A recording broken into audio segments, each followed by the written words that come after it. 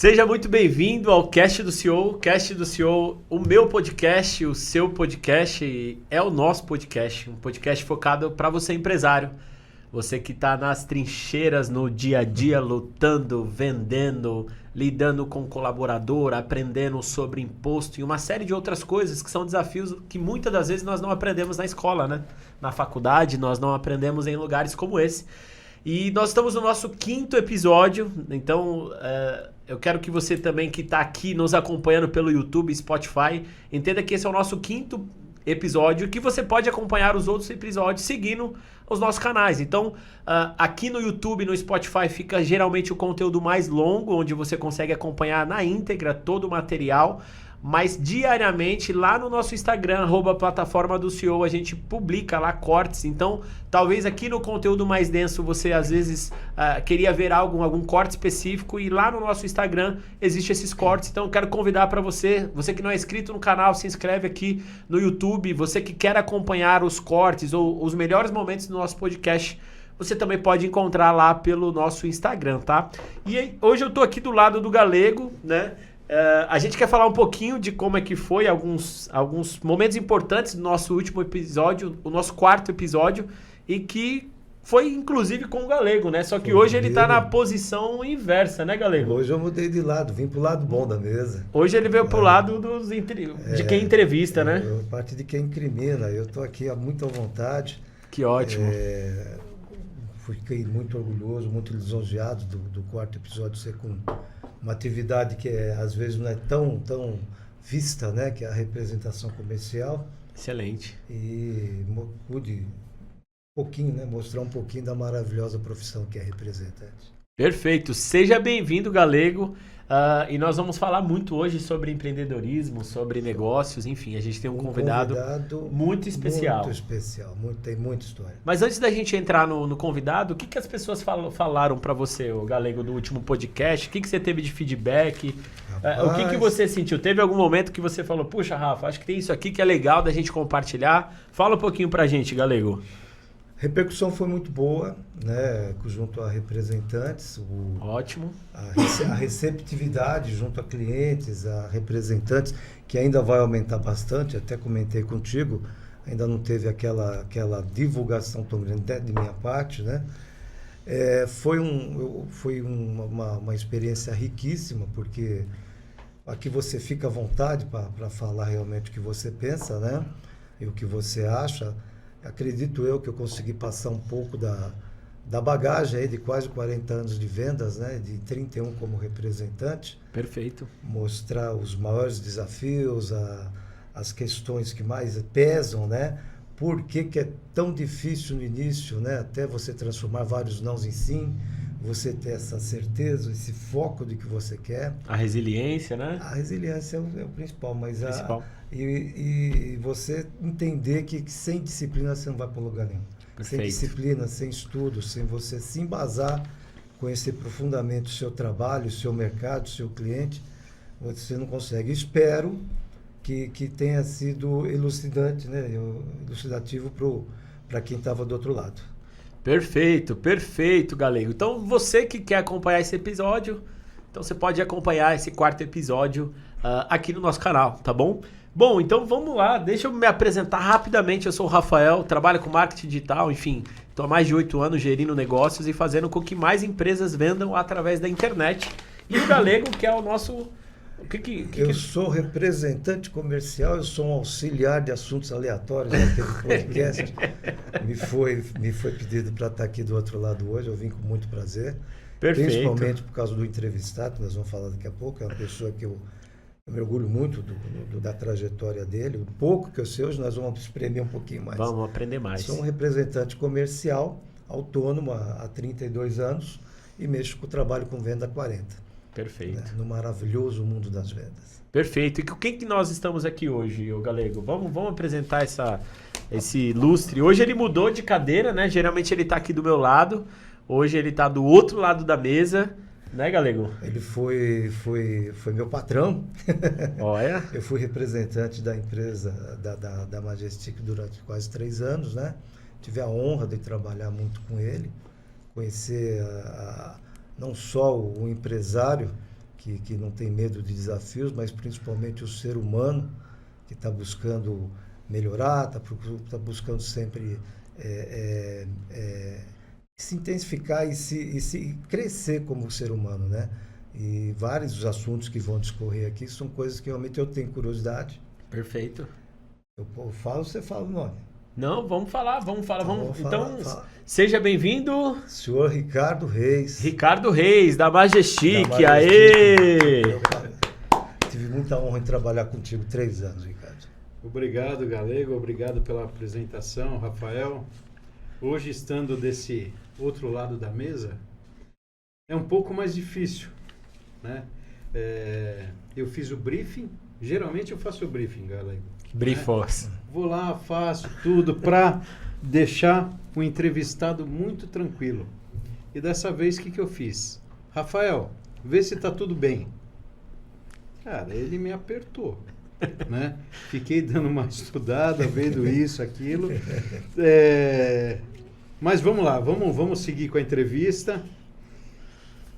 Bom, vamos lá então, vamos começar. Ô Ricardo, qual que é o nosso objetivo aqui? Entender, conhecer um pouquinho da tua história, conhecer um pouquinho das conquistas, dos desafios, das situações adversas, às vezes, que a gente passa. Então, acho que seria interessante você começar na sua apresentação. Quem que é o Ricardo? Por onde você começou? Como que você entrou no mercado? Majestic?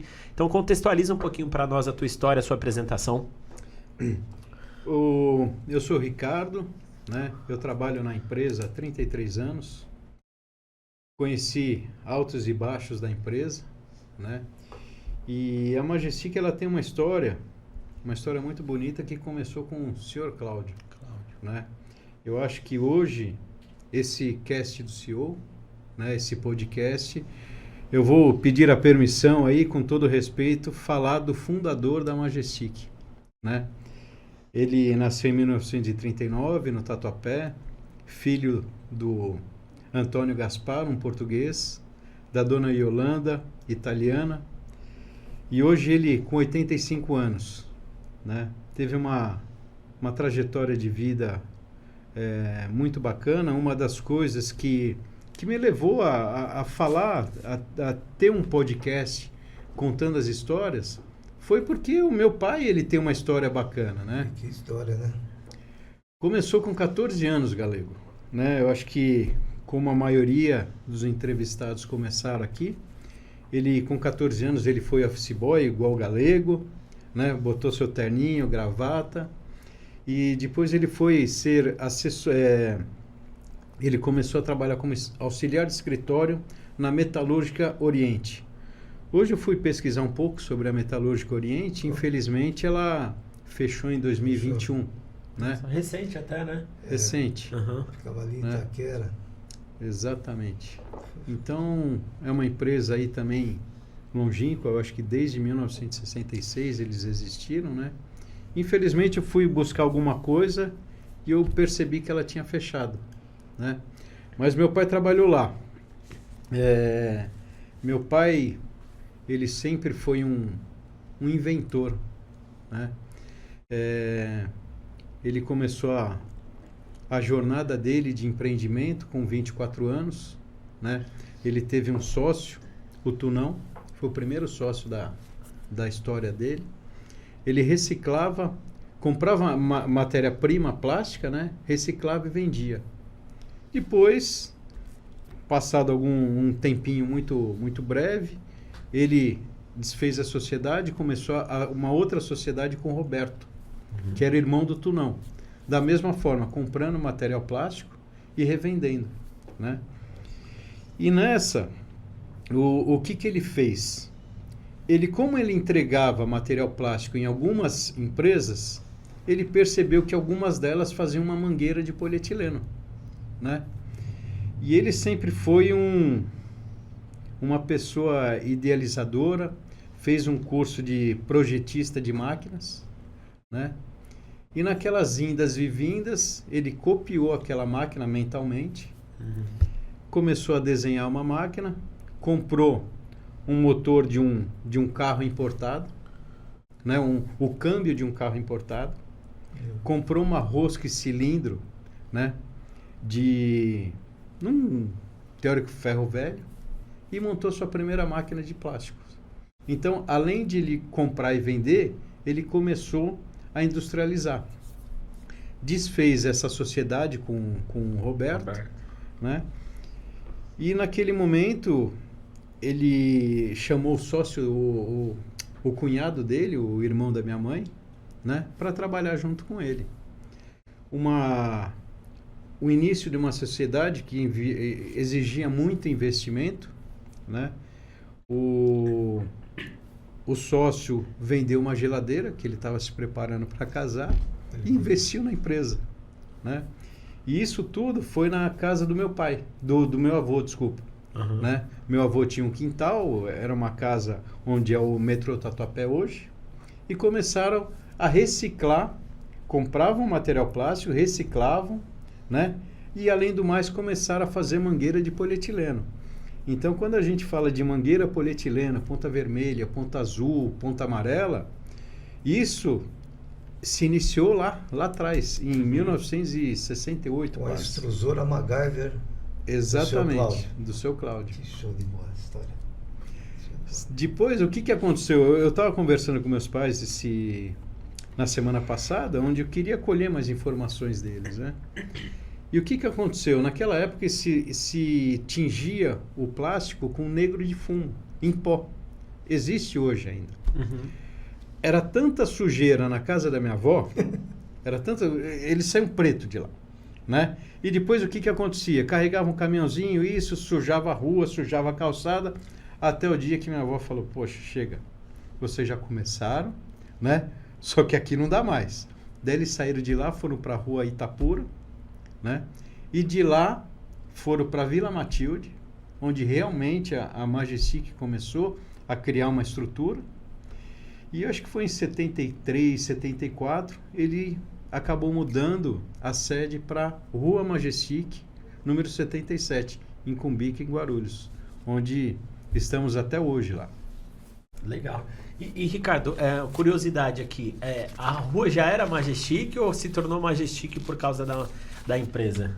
Rafael, naquela época, em 73, 74, não existia quase empresa em Cumbica, né? Então, eles foram um dos primeiros ali a construir a empresa.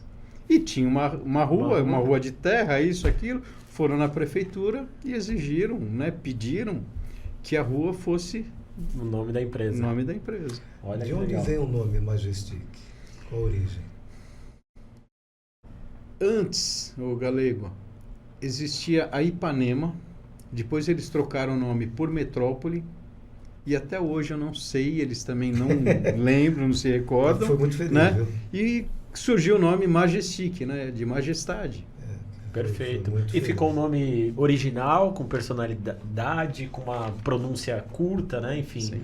eu acho que é algo que até no viés de marketing acho que tem uma conotação bem interessante. Né? Eu sendo do mercado, a Majestic ao longo dos anos se tornou sinônimo dos tubos de PAD, de polietileno.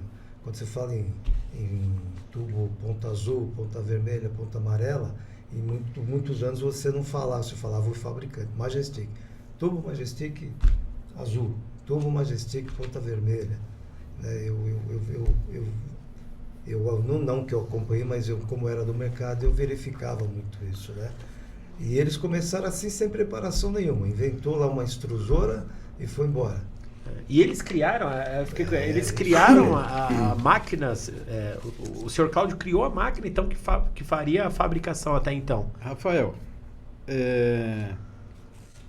meu pai, ele, como o galego, ele criou uma caixa de engraxate, né?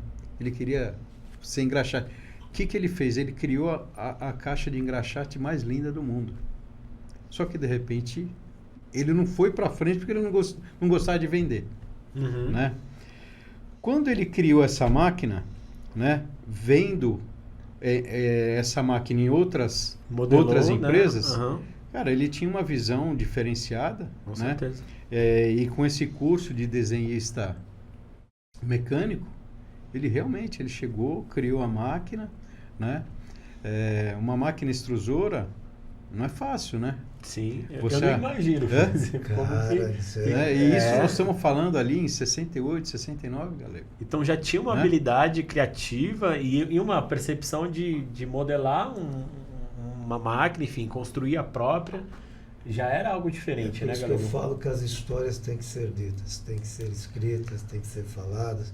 Magnífico, magnífico. Conheço alguns casos também disso, se você pegar na história dos grandes empreendedores, mas esse lado do seu Cláudio eu não sabia, não. Então vou magnífico. mais. Vamos aprofundar. Ele sempre foi um idealizador, né?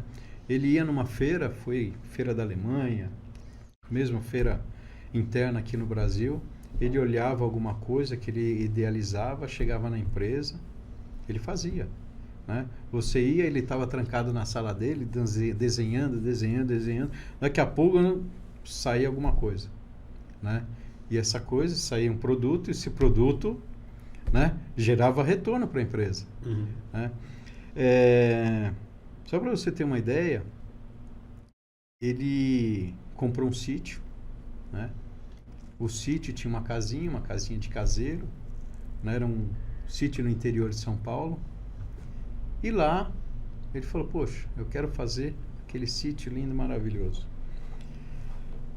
Comprou não sei quantas mudas de pinheiro, quantas 1000 mudas de eucalipto. Daí era eu, ele, minha mãe, minhas irmãs, tudo plantando o eucalipto, né? Plantando o pinheiro. E daqui a pouco aquela muda a gente ia transplantando para alguns lugares. Ele construiu a casa, ele construiu sauna seca, sauna úmida, roda gigante para as netas. Imagina uma roda gigante para as netas, 7 netas. Casinha de boneca, né? Campo de futebol, ele pegou um campo de futebol, encheu de pinheiro em volta, né? Daí teve um momento que eu fui mexer com o confinamento, ele pegou, desenhou o confinamento, tudo certinho, daqui a pouco saiu o confinamento, né? E acabou com aquele campo de futebol. De repente ele chegou, não sei o quê, ele não queria que ninguém fizesse.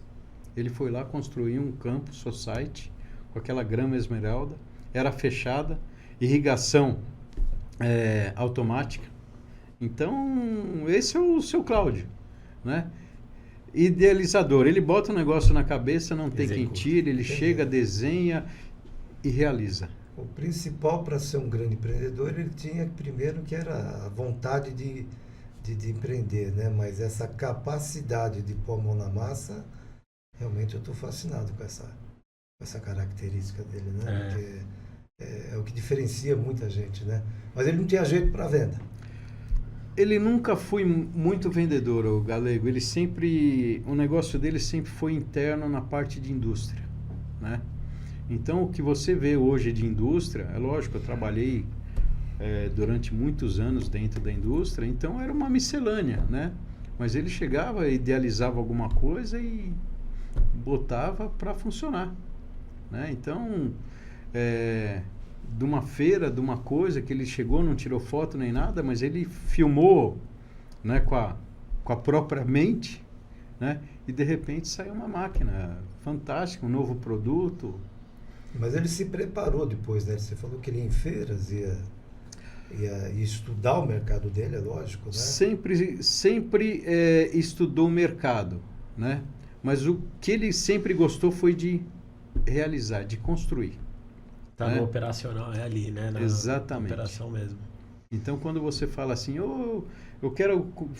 Vamos comprar um cabeçote, né? Um cabeçote para uma linha de extrusão. Ele chegava, ele pegava, a gente tinha uma mecânica bem especializada, pessoas competentes, daqui a pouco ele desenhava, saiu o cabeçote, isso, daqui a pouco um tubo. Cara, era maravilhoso essa ideia, né? Aí veio os tubos de PD, que originariamente são para irrigação, não é isso? Depois se utilizou o ponto azul para elétrica, não foi? E onde é que entrou depois esse portfólio mais vasto? E principalmente o PVC, eu não sei se o cara até muito conhecido, né? Ótima pergunta. Eu ia até complementar para, se possível, Ricardo, falar da diferença de cada uma, desse portfólio de produtos mesmo, né? Hoje nós temos a mangueira Ponta Verde, ponta vermelha, amarela e azul. Cada um é para uma classe de pressão, né? E elas são muito utilizadas, né, na parte de agricultura, onde você faz uma irrigação momentânea para aquilo lá, não é um produto que dura aí 10, 15 anos igual um PVC, né? Mas é um produto que leva aquela água para onde ela precisa, né? E depois nós temos a linha Eletromágica, a mesma mangueira de polietileno, com uma resistência um pouco maior, que é utilizada em laje, em voltos e alvenaria, né? Então é uma linha um pouquinho diferente. E depois nós temos a linha do PVC, a linha predial, a linha esgoto, né? Temos a linha de infraestrutura, irrigação, e nós temos também há uns 22 anos uma linha de PAD, né? Polietileno de alta densidade, que é um produto um pouco diferente dos outros, onde a gente vende projeto, né? Então, de repente, existe um projeto de irrigação, um projeto de saneamento, e a gente consegue, de acordo com as conexões, montar o projeto inteirinho para ele, né? Então, a linha de PAD, a gente atende a parte de irrigação, aterro sanitário, indústria, saneamento. Então tem uma vasta utilização desses produtos. Uhum. E, Ricardo, as pessoas elas têm na cabeça, às vezes, né, a gente que já empreende, a gente tem essa visão de que o caminho do empreendedorismo é um caminho para ter essa liberdade, a realização. E na sua visão, assim, qual que é essa característica e preparação que essa pessoa que vai empreender? Você comentou um pouco da história do Sr. Cláudio, passou alguns pontos, mas qual característica você acredita que é importante, assim, que talvez você identifica na sua história ou na história do teu pai, que seja fundamental para o empresário ter? Meu pai, ele sempre foi um cara muito determinado, né? Sim. Aquilo que ele colocava na cabeça, ninguém tirava, né?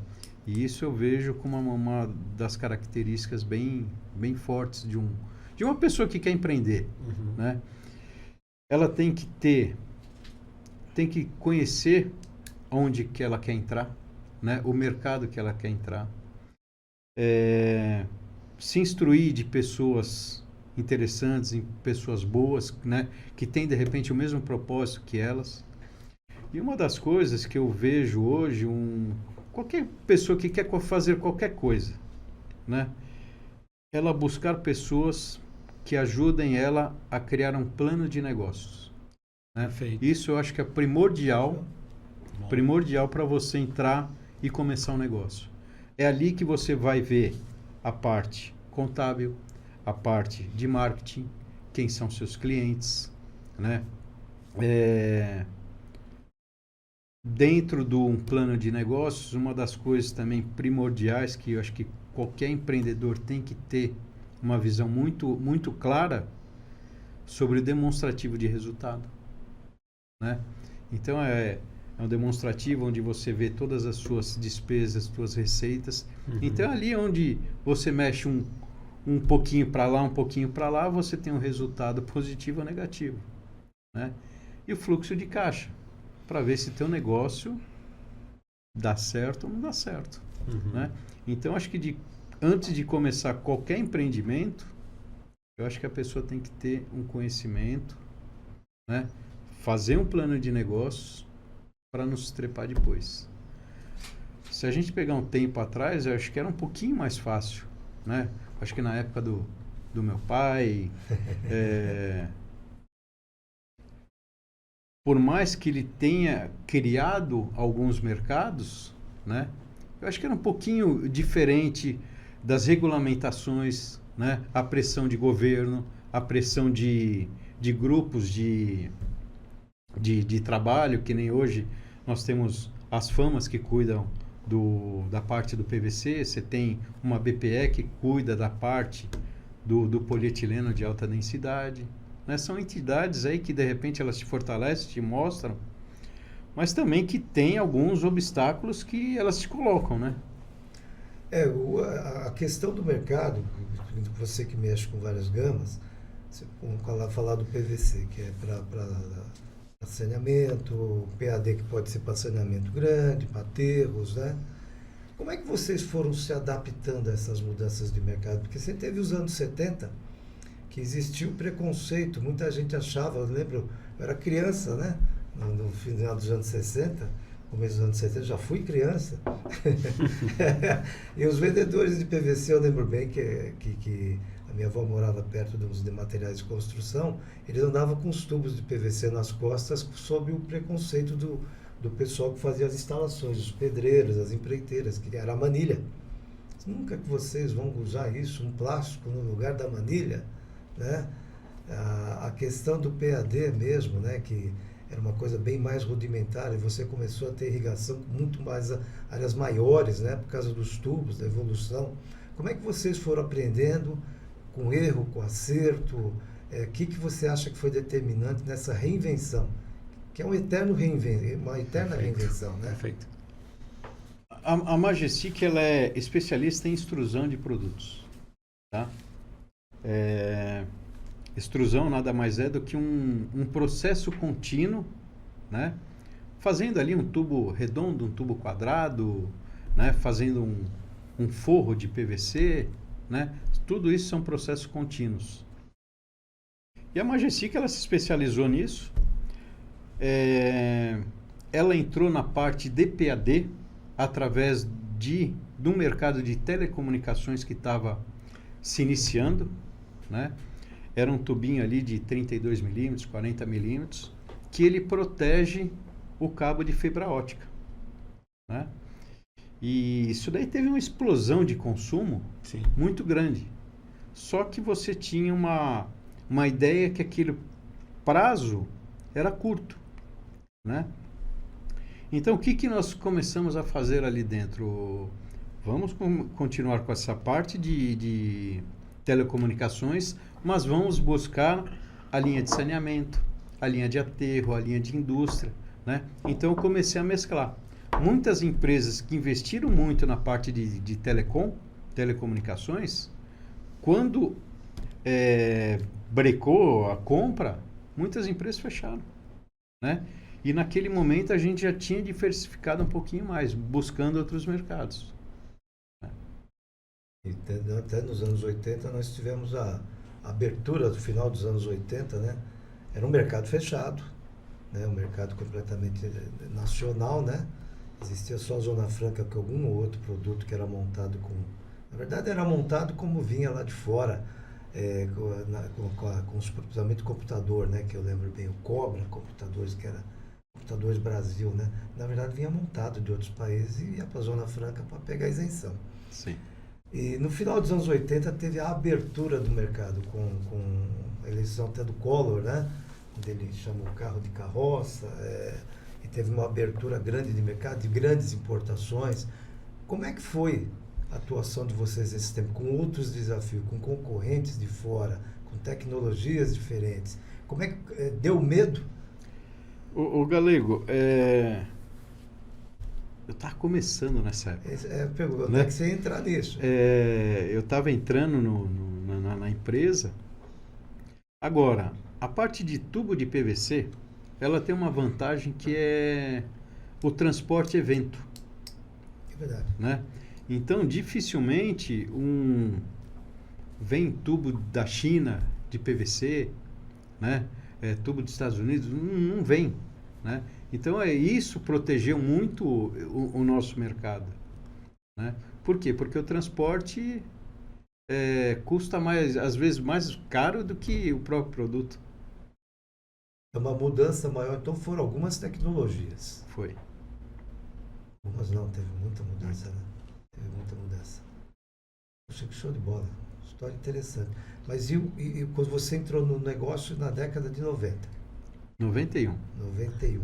E como é que foi a sua entrada, a transição? Existia uma expectativa do senhor Cláudio sobre você? Não existia?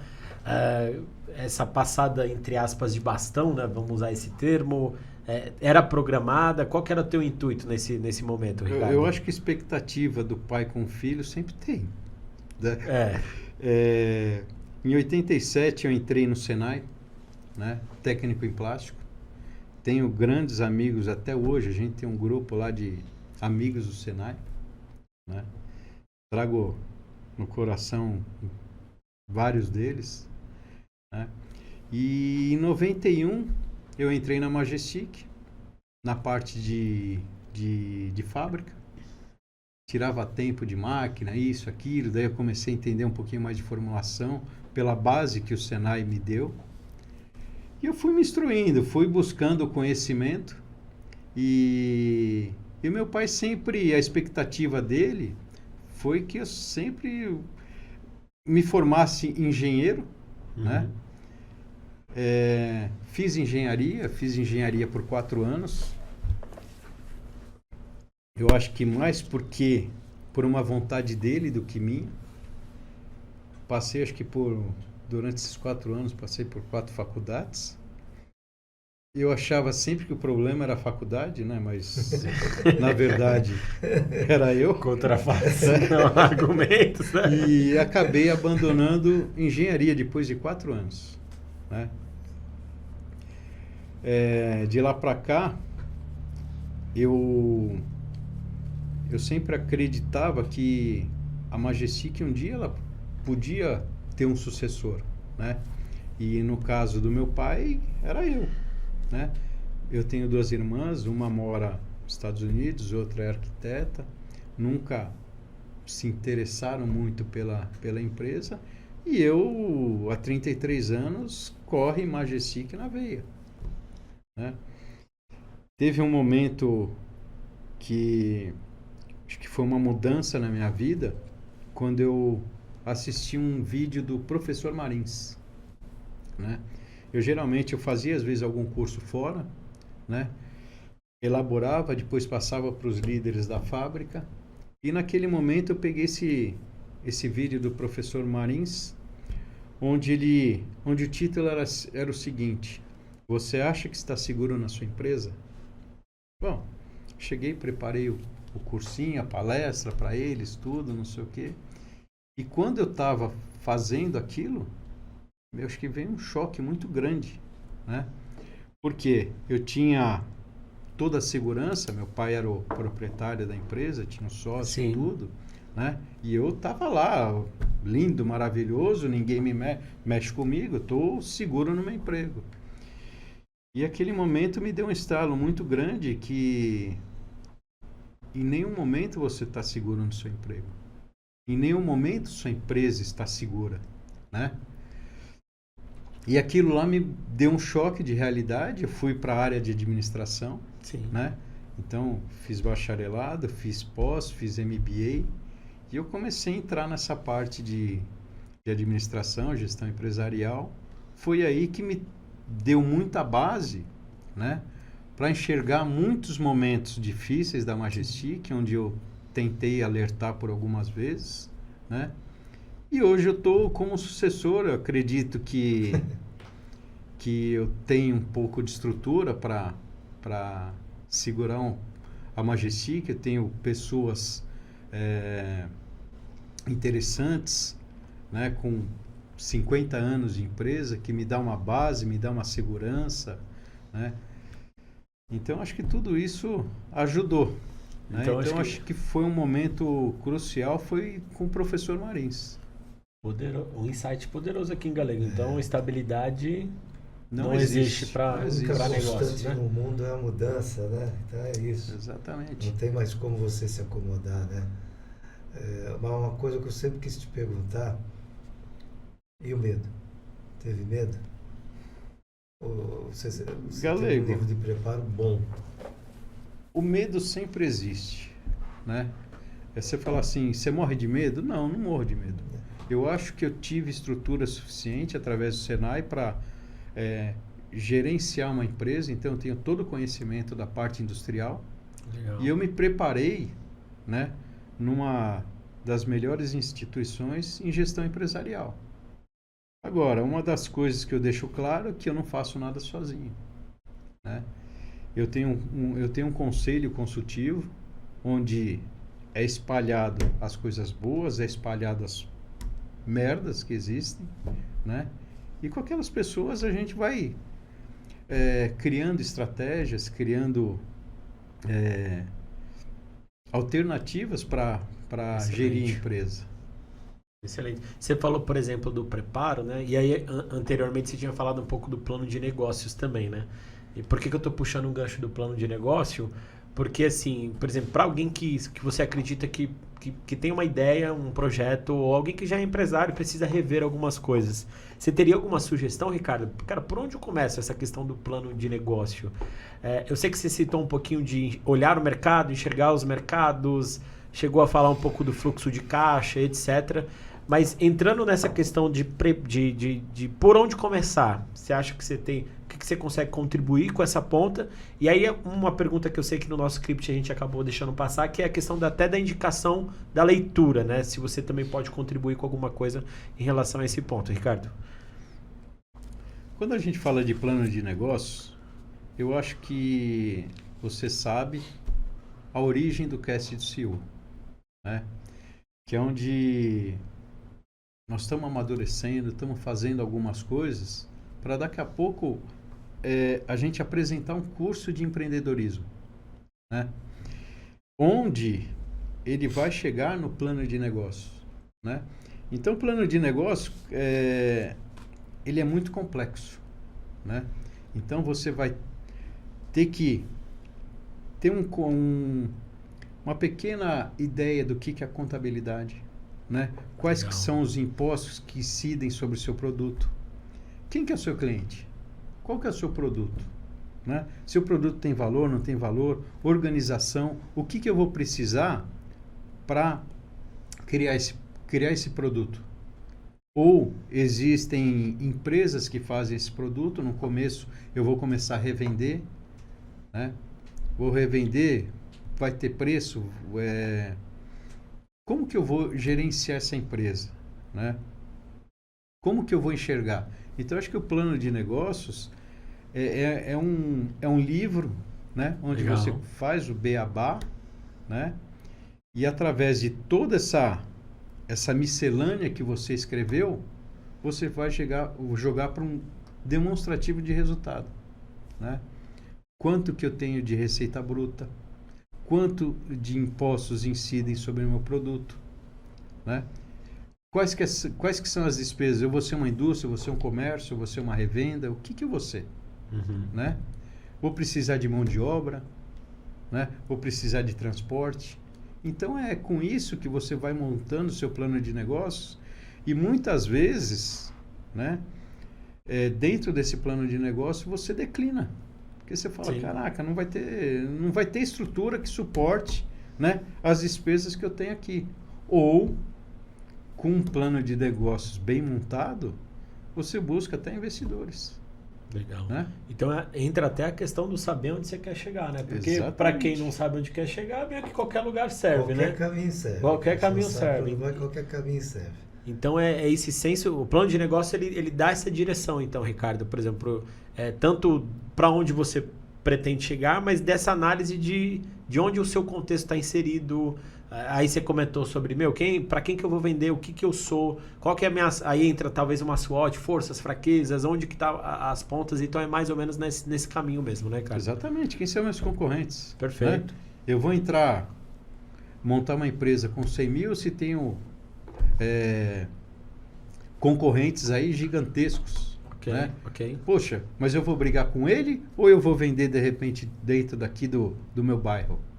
Né? Então, acho que o plano de negócio ele te dá uma direção, né? Te dá direção e uma resposta, fala assim, olha, vai ou não vai, né? Então, acho que em cima de um plano de negócio você dá andamento em tudo. Interessante, interessante. Dentro dessa tua atuação, Ricardo, teve nuances de culturas dentro da empresa também, né? Como é que você vê hoje a Majestic? Onde ela pode chegar? Onde ela quer chegar? Qual é o tipo de cultura que eu te identifico como uma grande liderança? Legal. Eu nunca te vi como chefe, por exemplo. Você falava, ouvia, né? Então você implementou uma cultura diferente do que tinha antes. Como é que foi essa fusão? Quais foram os erros? Onde é que você aprendeu mais? Quando você está dentro de uma empresa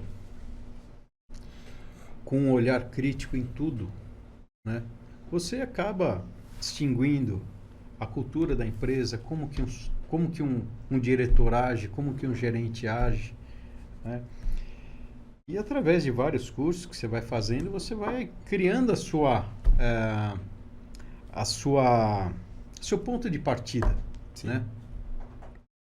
E a Majestic, ela sempre teve, a partir de um certo momento, né, uma cultura muito centralizadora, né? Aqui eu faço, aqui eu mando, né? E nenhuma empresa é feita disso. Certeza. Né? A empresa precisa de direcionamento, não de ordens, né? Olha, o nosso objetivo é esse, nós vamos ter que seguir esse caminho, né? E nós vamos junto. Aí eu vou escutar um, vou escutar o outro, né? Como você já participou, né? Nunca foi, ô Galego, tem que fazer isso. Não, como que a gente consegue chegar Resolver e tal vender? coisa. Exatamente. Uhum. Então, acho que a vida é isso, é conversa, são ping-pong, né? Uhum. Eu jogo uma bola para cá, você joga outra para lá, e a gente vai construindo a empresa. Não existe, você depende de pessoas. Ah, mas minha fábrica é todinha automatizada. Tá bom, eu preciso de um cara para controlar essa automação, né? Para entender essa automação. Então, não existe. Eu acho que a cultura da empresa hoje é muito focada nas pessoas. Eu gosto de ter as pessoas por perto, conversar com as pessoas. Eu não sei tudo, né? Quando você pega uma empresa, você tem a parte contábil, você tem a parte financeira, você tem a parte administrativa, a parte de compras, parte industrial, né? Você tem o conhecimento, mas eu tenho experts em cada setor, né? E se eu não escutar essas pessoas... Sim. O caminho está fadado. E em relação à cultura e a relacionamento, porque assim, dentro da Majestic você comentou que tem pessoas mais de 50 anos lá, ou com 50 anos, por exemplo. E aí, como que é a responsabilidade de liderar pessoas de gerações diferentes? Porque ao mesmo tempo que às vezes tem uma pessoa lá que tem 50 anos de casa, talvez tenha uma pessoa que tenha 10 anos, talvez tenha uma pessoa que tenha 1 ano, e Sim. é um desafio lidar com essa mentalidade diferente de geração para geração. Hoje, como que é essa questão de gestão de pessoas assim para essas gerações diferentes? O que você sente em relação a isso? Ou o que um expert lá do RH, da área da Majestic, te reporta, por exemplo, em relação a isso? Quando a gente fala de liderança, primeiro que eu sou adepto à liderança compartilhada, né? Ao respeito às pessoas, à história das pessoas. Eu tenho o Ney, o Galego conheceu, ele tem 50 anos de empresa, né? Foi formado, entrou com 14 anos lá, e ele foi formado ali pelo sócio do meu pai, né? Que era mais da área administrativa, comercial, e meu pai um pouco da área industrial, acabou ajudando na formação do Ney, né? E hoje, como que a gente trabalha? Trabalha junto. Ele tem história, ele tem experiência, ele tem algumas coisas que eu não tenho, né? E é dessa forma, Rafael, né? Pessoas mais jovens, elas são mais tinhosas, né? E elas acham que elas sabem, né? Eu já passei por isso, né? Eu sou bom, eu estou seguro, eu sei isso, sei aquilo. Só que a partir do momento que você vai amadurecendo, né, você vai escutando, você vai trocando ideia, né, você vai percebendo a qualidade das outras pessoas. E a qualidade das outras pessoas te completa. Né? E é aí que você faz a gestão da empresa. Perfeito. No seu Perfeito, caso, com liderança, harmonizar tudo isso, né?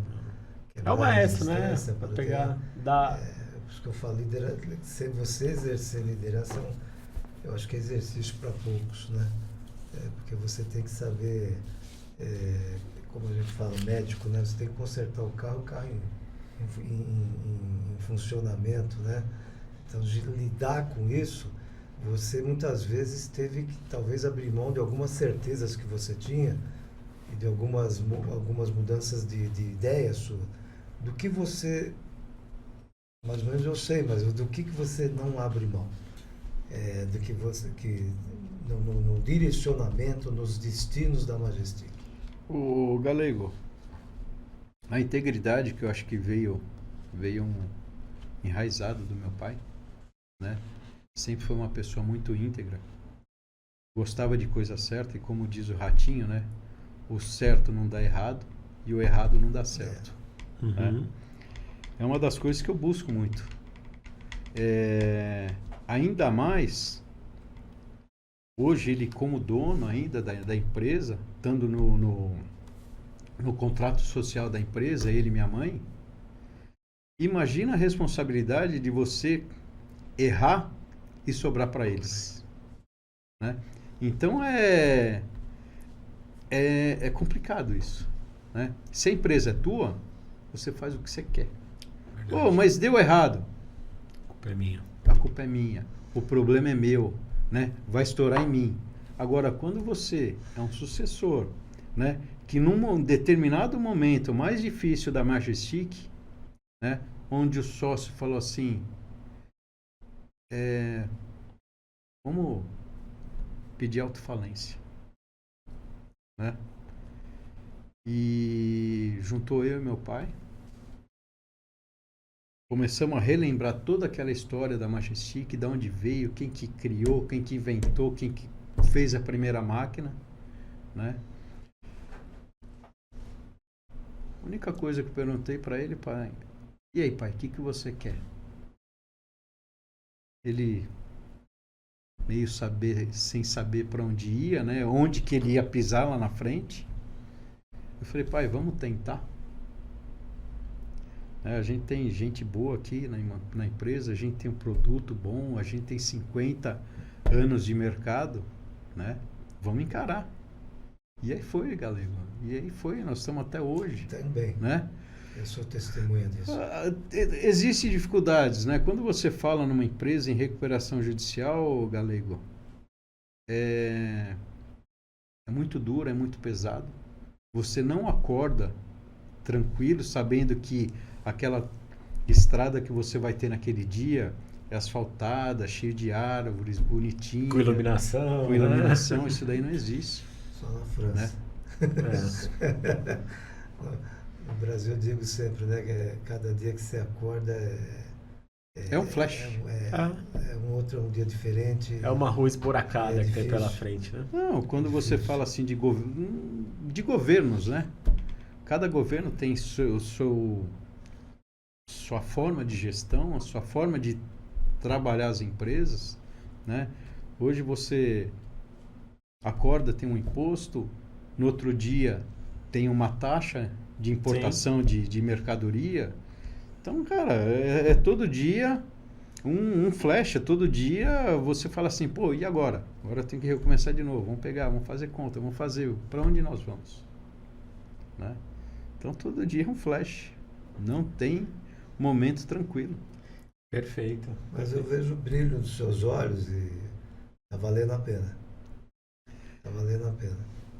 Galego, depois de 33 anos de empresa, tudo que eu tenho, né, o que meus pais proporcionaram para mim, para minhas irmãs, veio da Majestic. Né? Então, eu sou grato por tudo isso. Né?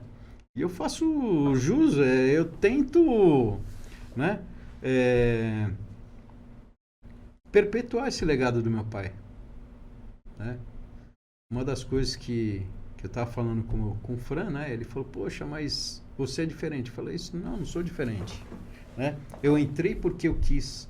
Eu estudei, né, técnico em plástico na empresa, né? Uma empresa de plástico, então tenho conhecimento. Então fui para cima, Galego. E tudo na vida existe um ponto de não retorno. Já estou isso? Não. Tem uma propaganda, um comercial sobre os acidentes de celular, né? A pessoa tá lá no celular, isso, aquilo, de repente ela chega, ela bate o carro, acaba morrendo, matando outras pessoas, isso, aquilo. E existe um ponto antes disso, né? Que é aquele ponto que você chega e você guarda o celular. Sim. Né? Para não se distrair. Então, quando a gente vê a Majestic, hoje eu estou num momento que é o ponto de não retorno. Né? Eu tive um momento antes, meu pai teve um momento antes. Mas hoje eu entrei numa estrada que eu não tenho ponto de retorno. Né? Então eu tenho que ir para frente. Né? Tenho que acordar diante de todas as dificuldades que vocês conhecem um pouco. Né? Tentar fazer acontecer. É uma empresa com uma marca aí de 56 anos, não é qualquer uma. Com né? certeza não. Acho que nós estamos aí dentro daquele percentual de empresas que tem mais de 30 anos de mercado hoje, aquele percentual que é 3%, é muito pouco. Muito pouco. Né? Então eu acordo determinado, tentando fazer acontecer, e é isso aí. Maravilha. E aí, nessa estrada aí, nós já vimos muita gente abrir, muita gente fechar, Sim. muita gente perpetuando. E eu acho que vocês estão aí firmes, fortes. Falando sobre o mercado, eu vejo a participação de vocês cada vez mais firme, né? Então, não tem, acho que você tem que ter orgulho de toda essa estrada aí, né? Você já viu mais coisa do que eu, inclusive, com o nível de informação que você tem, né? Concorrentes que eram invencíveis, daqui a pouco fechou, né? Você tem líder que você nunca ia pensar que uma empresa ia deixar de ser líder, hoje já não é mais líder de um certo mercado, né? Então, eu vejo uma demonstração de força muito grande aí. Elogiável. Não, e isso é perfeito. Você deu esse exemplo do celular, por exemplo, lá no escritório, eu sempre falo assim, né? Puxa, você está no meio do mar. Às vezes o mesmo esforço para você voltar na beira da praia tipo, você vai chegar do outro lado. E estar no meio do mar, o que eu escolho, né? Vou voltar para a beira da praia, voltar todos os meus esforços, ou eu vou prosseguir para chegar do outro lado. E é brilhante, Ricardo, brilhante ver isso da tua parte. Eu acho que isso é muito enriquecedor para mim, para nós, para quem está assistindo a gente, porque, enfim, é trabalho. A gente está aprendendo que não existe aquela fórmula mágica, né? É trabalhar, é entregar, é ser íntegro, é fazer o que tem que ser feito, é não negociar, porque toda vez que você acorda desanimado, porque a gente acorda desanimado às vezes, né? E aí você fala, não, cara, eu tenho um porquê, eu preciso entregar, perpetuar o meu negócio, enfim. Então é brilhante isso, Ricardo. Obrigado. Uma das coisas, quando eu entrei no MBA, na FIA, na primeira aula veio o professor Almir, né? O professor Almir, ele chegou, entregou esse livro, né? Eu acho que é um dos melhores livros que eu já li. Inclusive tinha pedido a recomendação do livro, Por que Executivos Inteligentes... Por que Executivos Inteligentes Falham? Perfeito. Sidney Finkelstein, né? Ele conta a história de empresas gigantescas, né? Que de repente por ego, protecionismo, cultura, né? Elas acabam quebrando. Poder, né? De repente você vê um cara todo poderoso, isso, aquilo, e de repente cai numa ruína. Tem uma passagem aqui do livro que eu acho muito interessante. É uma empresa americana, uma das mais respeitadas que tem. E pela cultura dela, de somos especialistas, né? Ela faz stent, né? Aquele aparelhinho que faz angioplastia, isso, aquilo. Tem um aqui. Eita! Né? E o que aconteceu? Eles detinham 90% do mercado. E pela cultura de somos especialistas, eles não escutaram cardiologistas, não escutaram o cliente. Né? Tudo que os clientes, né, pediam, eles não fizeram. Daí vem uma concorrente, estudando o mercado, estudando junto com Plano de negócio, né? o plano de negócio, junto com os clientes, né? Eles fizeram o stent que os clientes queriam. E em 45 dias, eles tomaram 70% do mercado, né? Então tem até uma frase que eu achei muito interessante. A rapidez que uma empresa terá de pagar por não ouvir o cliente vai depender do seu concorrente. Entendeu? Interessante, né? A rapidez. Repete pra gente aí, Ricardo. A rapidez que uma empresa terá de pagar por não ouvir o cliente vai depender da concorrência. É bem isso. Tá todo mundo atento, né? Tá todo mundo atento. E quando um cliente pede, se você não faz, tem 10 querendo fazer. Perfeito. Perfeitamente. Perfeito. Que maravilhoso, Ricardo, essa frase. A gente está chegando já nos finalmente, praticamente, do nosso podcast. E eu queria fazer uma pergunta aqui. Eu sei que você é o idealizador do Cast do CEO, você está à frente, você teve a iniciativa, enfim, toda essa projeção, né, Ricardo? E na sua visão, assim, como que você está enxergando esse projeto? O que você tem visto? Qual que o que você tem visto para o médio e longo prazo desse projeto, Ricardo? Ô, Rafael, só para nós três aqui, tá? A cada dia que eu sento, a cada dia que eu me preparo, é um aprendizado muito grande, né? Então, nós aprendemos com o Manuel, né? Até fazer o podcast com o que ele trouxe pra gente. Foi com o Toninho, foi com o Fran Fala Mansa, né? Foi com o Galego. O que a gente está aprendendo aqui, Rafael? Eu coloquei uma postagem no Facebook e tem um grande conhecido aqui, o Marco Aurélio Silva, né? Ele estudou comigo no Senai. Ricardo, na minha humilde opinião, esse programa é um grande incentivo aos empreendedores já consolidados e isso é muito bom. Uma pergunta que fica na minha mente é: como mostrar esses assuntos relevantes da forma a aquecer o coração dos jovens que estão chegando no mercado? Né? Marco Aurélio, empreendedores merecem contar sua história. Em todos os episódios, eles mostraram que, independente de onde você está, você poderá ser um deles. Deixam muitos recados do que fizeram. Erros, acertos, coragem, determinação. É só verdades. O caminho para empreender é árduo, mas seguindo conselhos, erros podem ser evitados e vale a pena empreender. Gratidão pelo questionamento. Então é isso, o Cast do CEO é isso, Rafael. Excelente. Né? Aprender com esses caras aqui, esses caras gigantes que sentam onde eu estou sentado hoje, né? Para mostrar que o caminho não é fácil, mas com determinação, né? Meu pai teve determinação. Com certeza. Meu pai teve vontade. Naquele momento, de repente, não tinha onde buscar tanto conhecimento, né? Mas hoje tem, né? Hoje você assiste um podcast, Sim. Hoje você vê um vídeo no YouTube, hoje você vê um vídeo no TikTok. Você aprende, né? Basta você ter o olhar direcionado para aquilo que você quer. Perfeito. Né? Aí a estrada vai ser um pouquinho mais tranquila.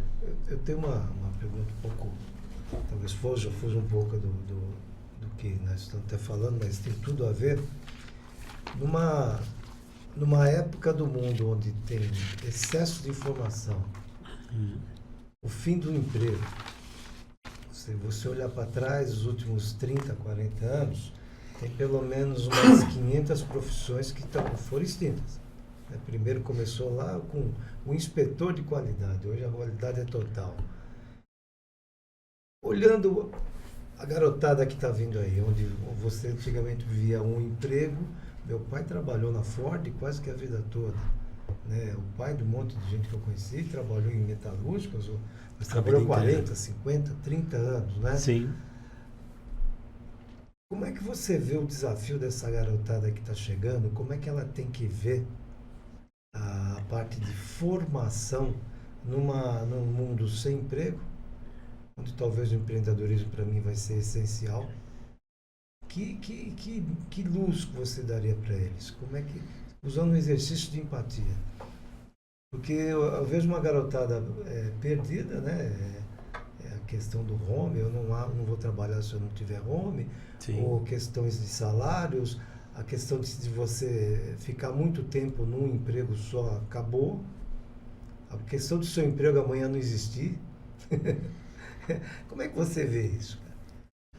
Galego, eu acho que é uma transformação, né? Quando você vê esses adolescentes hoje pulando de emprego para o outro, eles estão tentando de alguma forma encontrar um caminho certo, né? Antes não tinha muito isso. Você entrava num emprego e passava a vida inteira.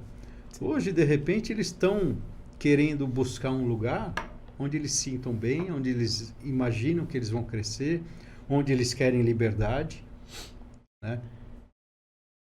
E eu acho que é isso. A gente tem que se adaptar a eles, né?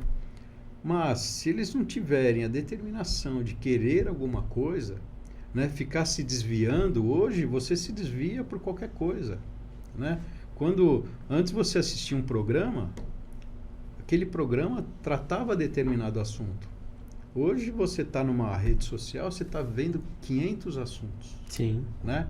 Agora, aquelas pessoas que são um pouquinho mais focadas, elas vão filtrar, né? E aí vão crescer, vão dar banho na gente, baile na gente, tudo, né? Hoje você vê aí, de repente, crianças aí 10, 11, 12 anos já estão vendendo pela internet, já estão fazendo isso, fazendo aquilo, né? Um choque cultural que eu tive com o nosso Renato, Marni Renato, não sei se você se lembra dele. Sim. Né? Onde eu queria colocar algumas coisas no departamento comercial e teve um choque, né? Eu falei, Renato, só me diz uma coisa.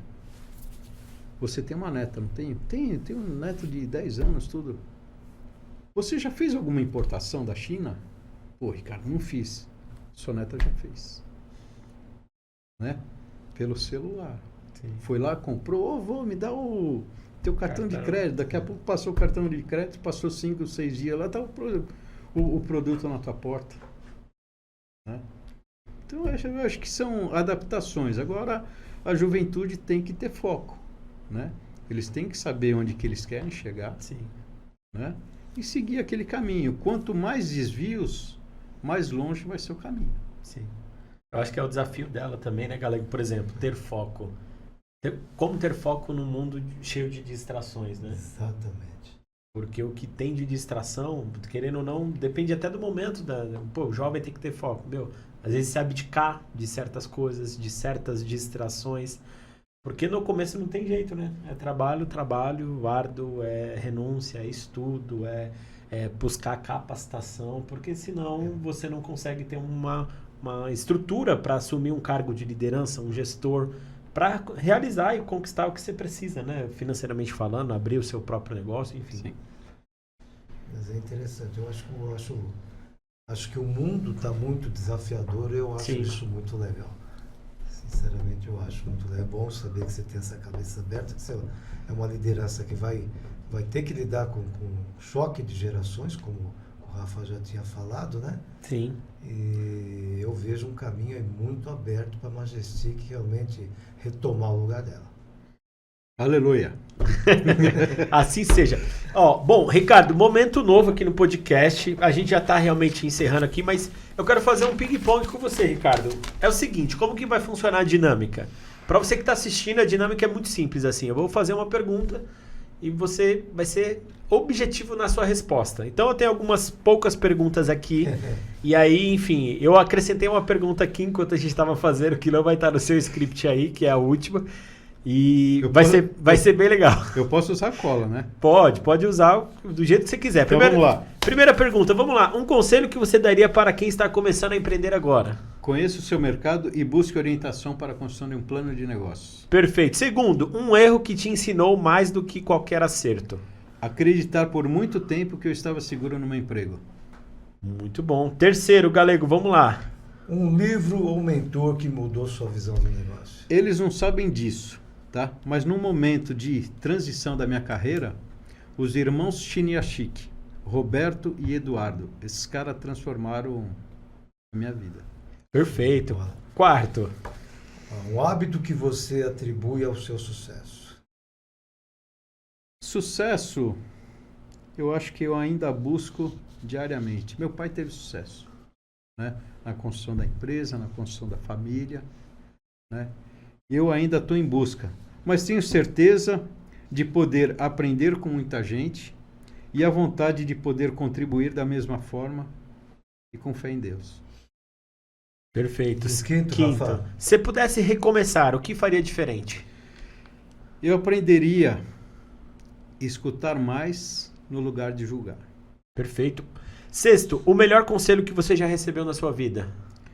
A empresa tem que ser maior que o dono. Sétimo. É uma crença que você tinha no início da sua carreira e que mudou com o tempo. O medo de falar.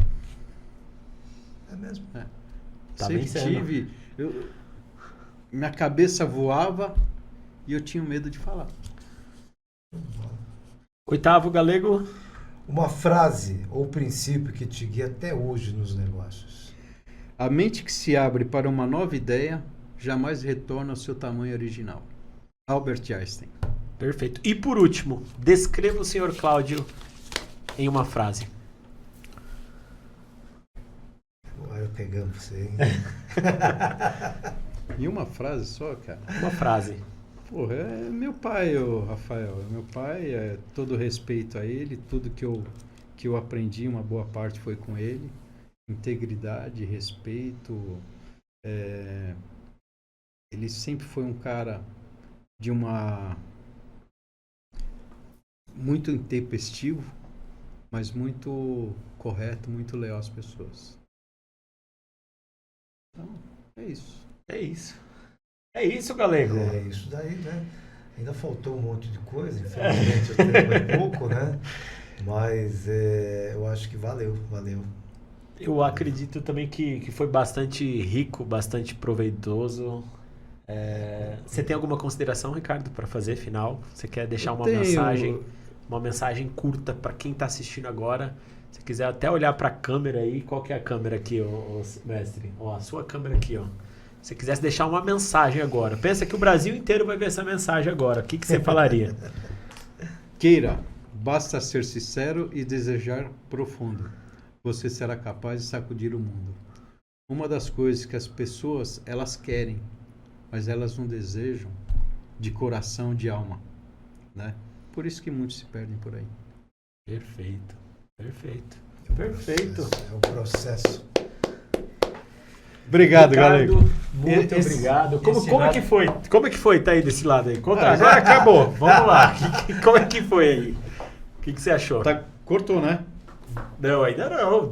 Pode deixar rodando mais um pouquinho, só para ver um pouquinho mais difícil. Você fica olhando para a cara de vocês, tentando imaginar o que vocês vão perguntar, por mais que esteja no script.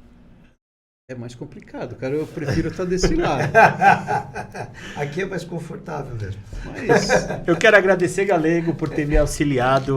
O Galego, honra. ele aceitou, né? Tá aqui ao nosso lado. Enfim, conduzir o podcast. Muito obrigado, Galego. Considerações finais, Galego?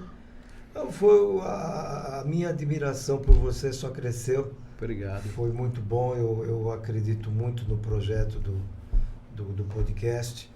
E acho que quem tem vindo tem contribuído muito para deixar mensagem positiva realmente para fazer um mundo melhor. Eu acho muito legal isso daí.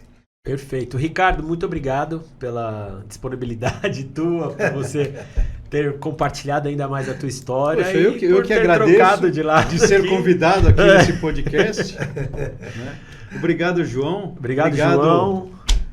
A audiência, né? Obrigado a vocês aí por ter conduzido esse podcast, que não foi fácil para mim, né? Quando você fala do pai, é um pouquinho é responsabilidade. Mexe, né? E eu quero agradecer também, então vamos para finalmente agradecer você que assistiu a gente até agora. Quero te convidar para você que chegou até aqui nesse momento final, com certeza faz um comentário aqui no nosso vídeo no YouTube. Com certeza alguma coisa aqui desse vídeo serviu para você e eu quero te convidar a ficar atento aí nos nossos próximos episódios, né, Ricardo? É isso aí. Então é isso, até o próximo episódio do Cast do CEO. Obrigado, pessoal. Valeu, obrigado.